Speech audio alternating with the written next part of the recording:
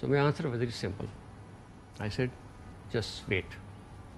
Give us time. You won't find the Air Force not reacting as per the situation. So you give us time. Let the commanders decide the time and place of its choosing. And that is what happened.